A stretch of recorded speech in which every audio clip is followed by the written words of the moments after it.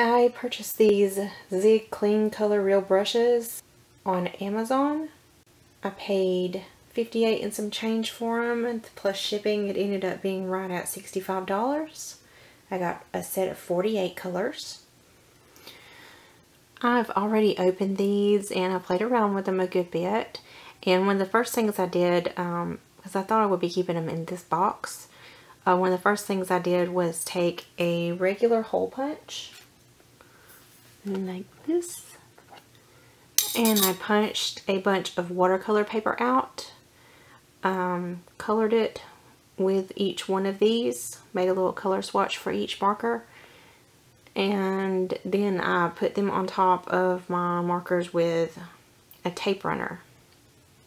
I got this idea from Jennifer McGuire. I believe she does hers differently. I've seen several people do this. And a lot of the ones that I've seen do a solid color on one half and a color wash on the other half, but I didn't bother doing that. I just did the solid color.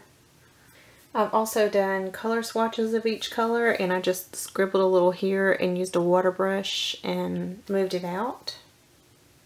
I've also done a little bit of coloring pages with these. This first one right here just came out of one of these I got, I think, at Fred's or something, at a local dollar store. It absorbs a lot of color, and you can tell on this side right here that it's absorbed a lot of color. But I also, this is where, you know, just the normal brush bleeds through, but this is where I tried to blend it with water, but it was just tearing my page up. So I ended up just using solid colors on this and not trying to blend it. And I haven't blended color in color. I've just used solid color on this right here. And I probably wouldn't use it again in this coloring book. I'll end up using my Prismacolor pencils in this coloring book. This is another coloring book that I used, and it's a Instant Calm.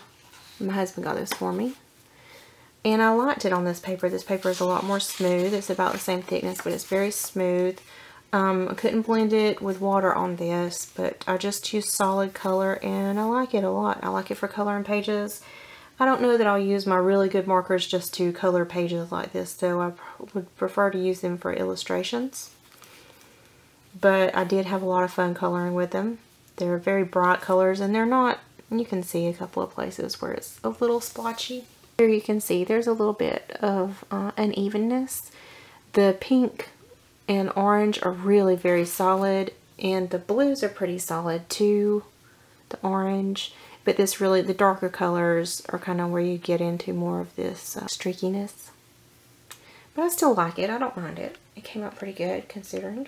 So I've tried this on watercolor paper, and I'll show that to you in just a minute. But this is Canson Mix Media Paper. And I've got the 9x12 pad. I get these at our local Walmart here, and they're not very expensive. That's what I did this illustration right here on. I used my favorite go-to pen to line, and it is a zebra pen that I've got from Jet Pens. And I can't remember the name of this, if it's the Zebra Extra Fine or what it is, so I'll put a link in the description so if you guys are interested in trying this out. It's just got a nice line to it, and it's permanent. It's got a little bit of variation in line to it, but you can, it's got a kind of firm tip to it, so you can do a nice line, or you can do a broad line with it.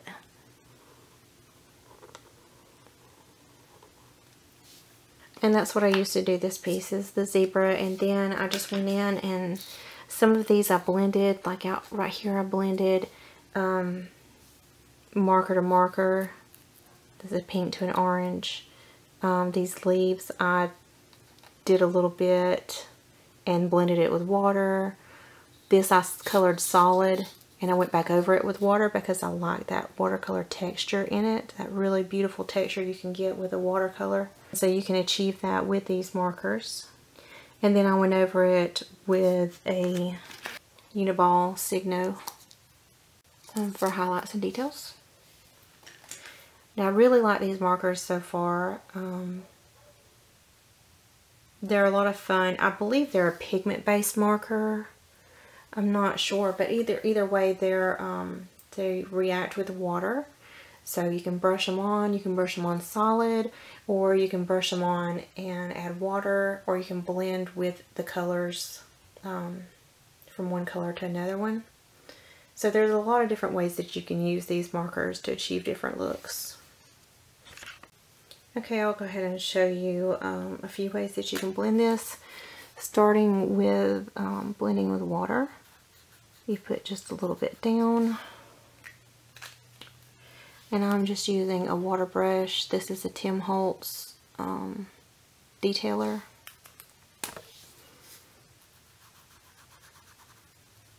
And you can see that activates really well with water. Now this is on the mixed media paper, and so it gives it a really smooth look. This right here is watercolor paper. It's cold press. Strathmore. I think it's 100. No, I think this is 90 pound maybe.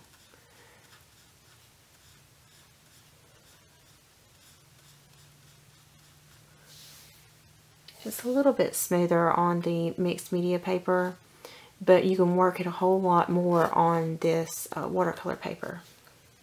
And here's the turquoise. It's not turquoise, it's, yeah, it is turquoise. Turquoise green.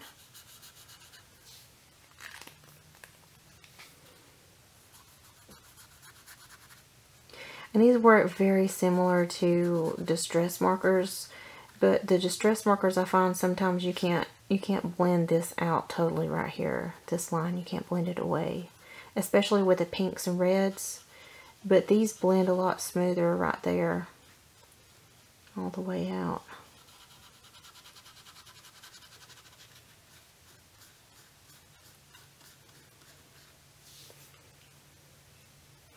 Okay, you can also blend from one marker to another.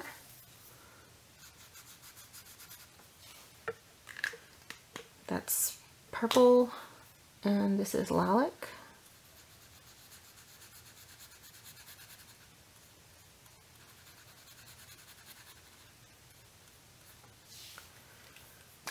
And then on the watercolor paper.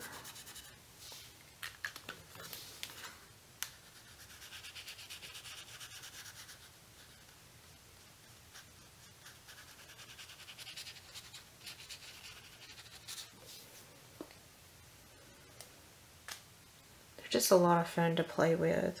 I really enjoy these markers a lot. And then I'm going to take these two. This is Carmine Red and yellow. I'll show you another way to use them. Okay. You can touch the tip and blend it out that way too, which is really cool. And it's not going to contaminate your marker.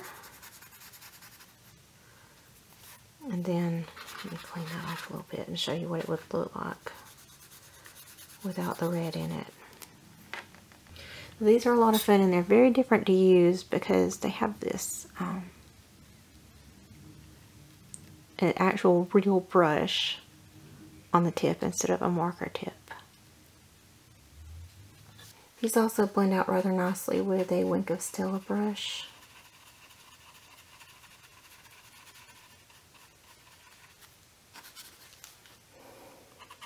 And colorless blender. That colorless blenders eat my paper up a little bit there though. They're very easy to color with.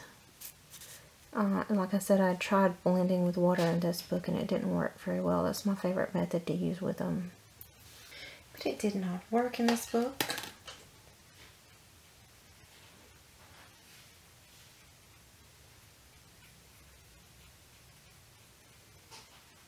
But they're fun, and they've got a really fine tip so you can get in little spaces with them. And they also have a broad stroke to them too, so you can color fuller areas.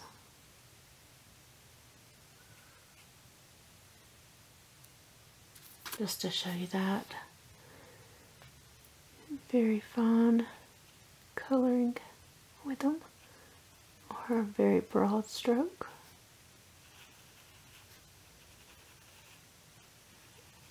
And I get a pretty good seamless color that way. Not totally seamless.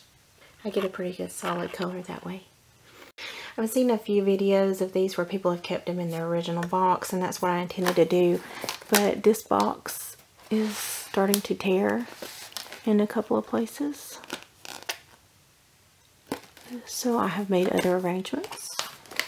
I bought this pen and marker organizer at Hobby Lobby for $11.99, and I thought I'd try it out and see. It should hold 54.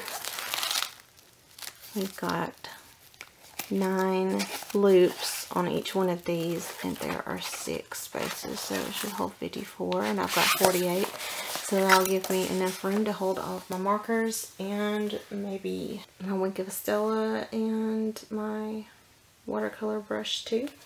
Okay, so these markers do fit in here, but it is a pretty tight fit.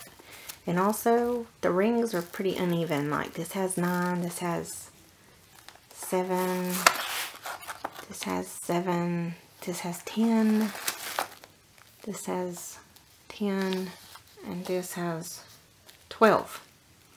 So, I don't know why they're spaced like that. Maybe it's so they can kind of fit in a little bit better together. But these aren't very big markers.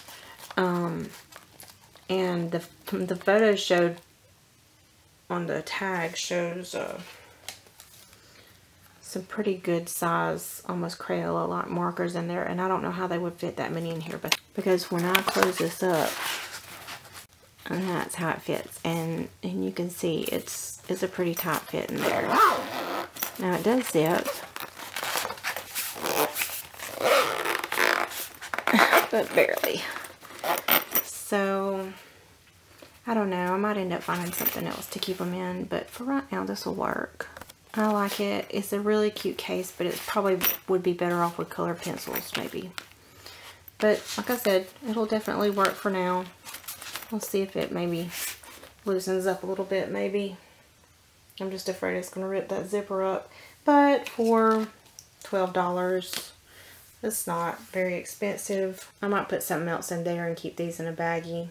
I do have all these that I could probably put in there, but I just like the idea of having something to put all my clean color brushes in. Okay, so there we are, Zig Clean Color Real Brush markers. Were they a pricey investment? Yes, they were a bit pricey, but I ended up paying $65 with shipping for it for 48 markers. That's what, maybe $1.50 a marker, something like that. I feel like they're worth it. If I was just doing coloring books, I might not, but because I do illustrations, I love it. If you're doing stamping and cards and stuff like that, I mean, if you're covering a smaller area, these are going to last a long time. If you're doing coloring books, I don't know how long they'll last. Probably not something that I'll do a whole lot of coloring books with, but I'll be using them for my illustrations. I like them a lot. They're a lot of fun to play with. They're even just fun to do color swatches of. They're just, the colors are so vibrant and beautiful. I've had a lot of fun playing with them, and I look forward to doing some more illustrations with them. I feel like this set is a really good set. You've got several blues and greens, and there's a good bit of pinks and reds and purples. And then you've got all your browns, neutrals, and then you've got warm grays and cool grays as well, and a black. So there's a lot of colors in the 48 color pack. Would I get a smaller pack? No, I wouldn't want a smaller pack. I like having all the colors. Would I get a bigger pack? Probably so, but it would have cost too much money. So this was at a good price point. These, I didn't know if I would use them a lot, but I've got a feeling I'll use these a lot. I like this illustration. I want to do some more like this. I love the bright colors. I love the pretty colors. So I really like them. I enjoy them, and I look forward to using them more, and I'm sure you'll see them in some of my art journals here soon. If you like this video, don't forget to give me a thumbs up. Let me know what you like, what you'd like to see in the future. If you have any questions about these, put them in the comments below and I'll try to answer them. And if I get enough questions, I'll do another video of them.